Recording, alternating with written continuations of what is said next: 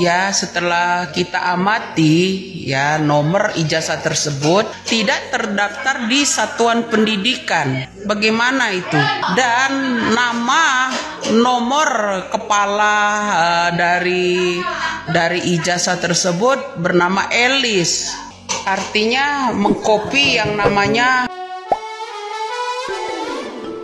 Hola netizen yang tercinta, Cecep Setiawan ayah Peggy Setiawan Cianjur harus memberikan bukti kuat agar bisa lepas dari kasus Pina Cirebon. Sebenarnya Cecep Setiawan sudah berupaya membuktikan jika Peggy Setiawan Cianjur merupakan putra kandungnya. Cecep menunjukkan sejumlah bukti dokumen seperti akta kelahiran, ijazah SD, ijazah SMK, tahun kelahiran Cecep, dan status perkawinan. Hanya saja dokumen-dokumen yang ditunjukkan Cecep diragukan kebenarannya, sebab akta kelahiran luntur. Jenis kelamin akta Peggy disebutkan perempuan, ijazah tidak ada foto dan sidik jari. Tidak hanya itu, tahun kelahiran Cecep di kartu keluarga berbeda, serta status perkawinan Cecep di kakak cerai hidup, padahal mengaku menikah siri. Sejumlah kejanggalan dokumen yang ditunjukkan Cecep membuat publik kembali menduga-duga terkait kebenaran yang disampaikan. Selama ini, Cecep Setiawan dicurigai sebagai sopir mantan Bupati Cirebon Sunjaya Purwadisasra. Berdasarkan narasi yang beredar, Peggy Setiawan Cianjur dititipkan ke Cecep oleh Sunjaya dan Wahyu Ciptaningsih. Sementara itu, desakan publik agar Peggy Setiawan Cianjur melakukan tes DNA semakin deras. Tes DNA itu bertujuan untuk bisa membuktikan alibinya di kasus Pina Cirebon. Tes DNA tersebut demi menjawab kecurigaan masyarakat terhadap hubungan Peggy Setiawan dengan Cecep Setiawan.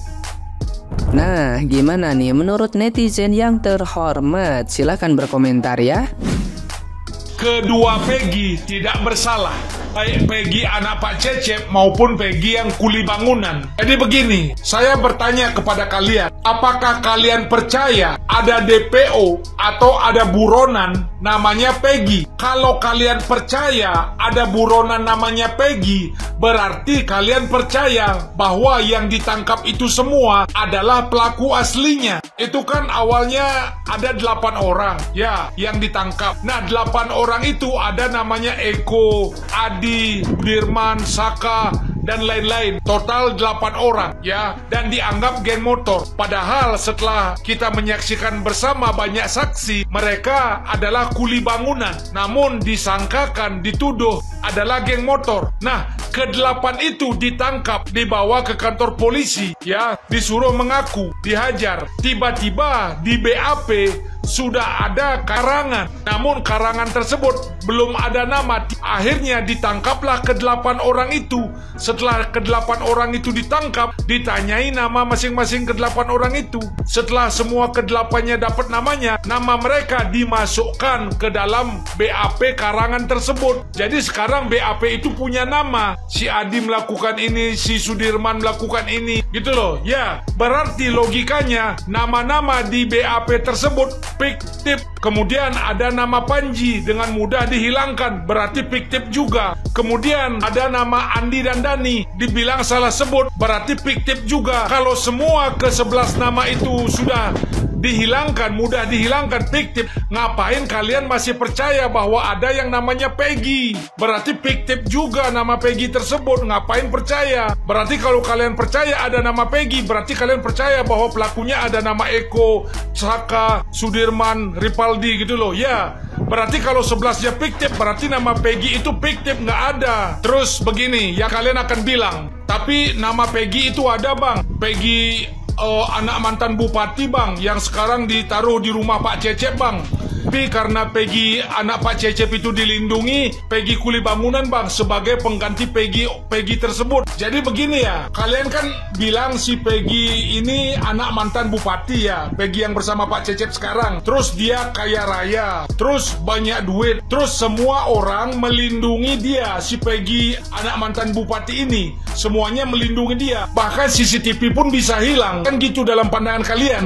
Gini aja logikanya, kalau polisi melindungi dia, kalau polisi tidak mau menangkap dia, Kalau CCTV bisa hilang karena dia, kalau dia memang anak mantan bupati dan bisa banyak uang, bisa bayar segalanya, sehingga tidak bisa menangkap dia, logikanya tidak mungkin polisi menjadikan dia DPO. Paham? Pasti namanya sudah hilang, nggak mungkin dijadikan DPO. Gitu aja kita berpikirnya secara logika. Ya, orang nama yang lain mereka bisa ngarang, namanya yang lain itu Eko Hadi bisa dikarang. Ngapain nama yang mereka lindungi mereka jadikan DPO? Ciri-cirinya disamakan, dibilang anak Moonraker, namanya Peggy.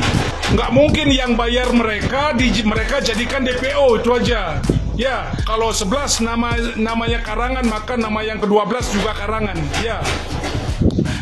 Dan ada yang lucu ya, saya berpikir dari mana dapat jumlah 12? Jadi dalam pandangan saya mereka dapat inspirasi dari Linda yang kesurupan. Ketika Linda menyebut 12 orang, kemudian mereka asal tangkap 8 orang. Nah, 8 nyari 12 berarti kurang 4 orang kan? 8 kurang tambah 4 biar genap 12.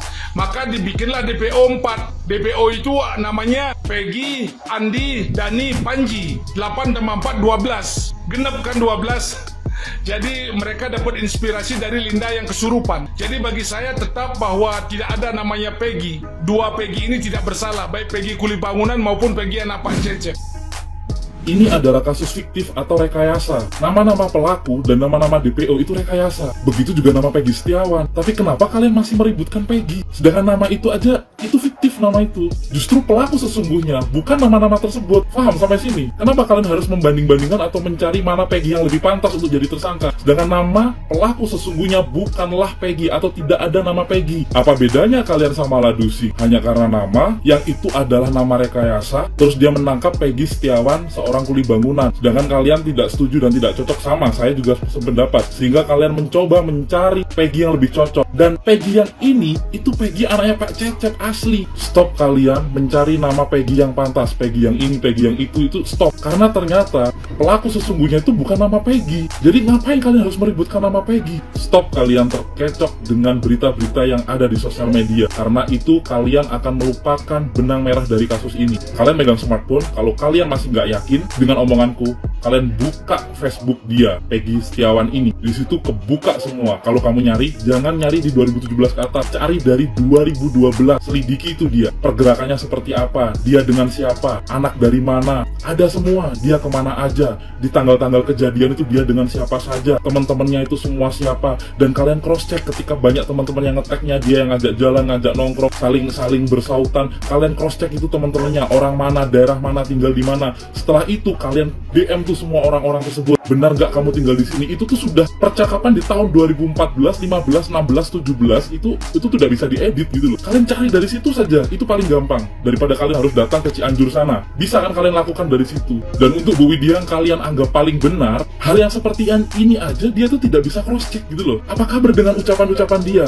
Oh iya, satu lagi, di video-video saya itu kritis banget tentang semua kejadian ini. Mungkin ada beberapa yang sama Bu Widya itu sama. Coba kalian cross check. Saya di situ tidak membela pelaku, saya juga tidak membela polisi, saya juga tidak membela sang maestro. Paham? Saya cuma mau membongkar dengan logika dan fakta yang sebenarnya. Walaupun kalian tidak percaya omongan saya, ya jangan percaya, tunggu aja hasil dari Mabes Polri nanti pengumumannya. Tapi setidaknya lihat tuh video-video saya sebelumnya, apalagi 3 video yang saya sematkan. Coba kalian cross check, jangan main fitnah saja ke saya. Kalian memfitnah saya sudah dapat berapa, transferan berapa, keluarganya lah, apa segala macem. Aduh.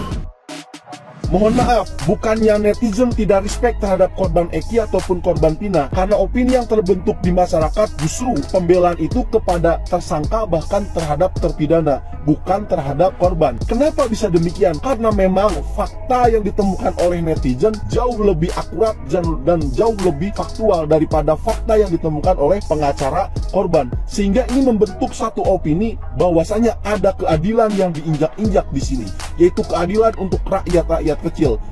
Korban salah tangkap dan asal comot. Itu akhirnya yang menjadi fokus netizen untuk diperjuangkan. Maka saran saya adalah ayo kita bagi tugas. Kuasa hukum dari korban Vina, yaitu Hotman Paris 911 dan pengacara-pengacara hebat itu, silakan Anda temukan pelaku yang sesungguhnya. Dan kami netizen akan tetap mengawal keadilan yang sedang diinjak-injak, yaitu apa? Korban salah tangkap dan asal comot. Saya curiga dengan nomor ijazah tersebut karena tidak terdaftar di satuan pendidikan. Kenapa ya di zaman Jokowi ini para mafia, para manipulasi ya semakin berkembang. Terutama orang-orang DPO kok bisa ijazahnya beli, ya kan? Ijazah beli artinya gini, itu nomor. Ya, setelah kita amati ya nomor ijazah tersebut tidak terdaftar di satuan pendidikan. Bagaimana itu? Dan nama nomor kepala dari ijazah tersebut bernama Elis. Artinya mengcopy yang namanya separuh dari nomor itu dong, nomor Elis. Ya kan? Sedangkan Elis itu memiliki nomor ijazah itu pada waktu SD, ya kan, itu pada waktu SD. Jadi drakor di Indonesia ini banyak sekali belum terungkap, terutama ini pengadaan ijazah palsu ya, ijazah palsu. Katanya SD juga disidik jari, yang lainnya belum ya. Masa yang orang itu ya bilang nggak bisa tebus ijazah, tapi dia punya cincin berlian dari Blue Sapphire Sri Lanka, ya kan, dengan total beratnya kurang lebih yang saya lihat 13 karat dengan nilai jutaan. Blue Sapphire Sri Lanka. Ada nggak kira-kira ijazah berapa sih? Cuman Pak Deddy Mulyadi menyerahkan uang untuk penebusan sebuah ijazah tersebut. Ada seseorang ya matanya itu setengah kaget gitu, ya kan. Harusnya Bapak Deddy Mulyadi yang terhormat, tolong Pak Deddy Mulyadi, kalau kita paham betul nomor urutan ijazah tersebut ya, pengeluaran awal nomor itu, nomor awal dari itu tuh udah di atas tahun 2016, artinya itu bisa dari 2005. Pak Deddy, mohon Pak Deddy amati nomor induknya dari ijazah itu yang bolong-bolong itu. Nomor seri itu bukan nomor seri terbaru. Jadi kalau 2016 kepalanya setahu saya 07 Pak. Setahu saya 07 ya, itu 2017 ya. Itu yang bolong-bolongan itu Pak Deddy, itu tolong dicek. Bisa saja itu orang ini, karena di kita cek itu nomor yang namanya ijazah yang bolong-bolong itu Pak Deddy itu tidak terdaftar di satuan pendidikan. Itu aja Pak Deddy ya.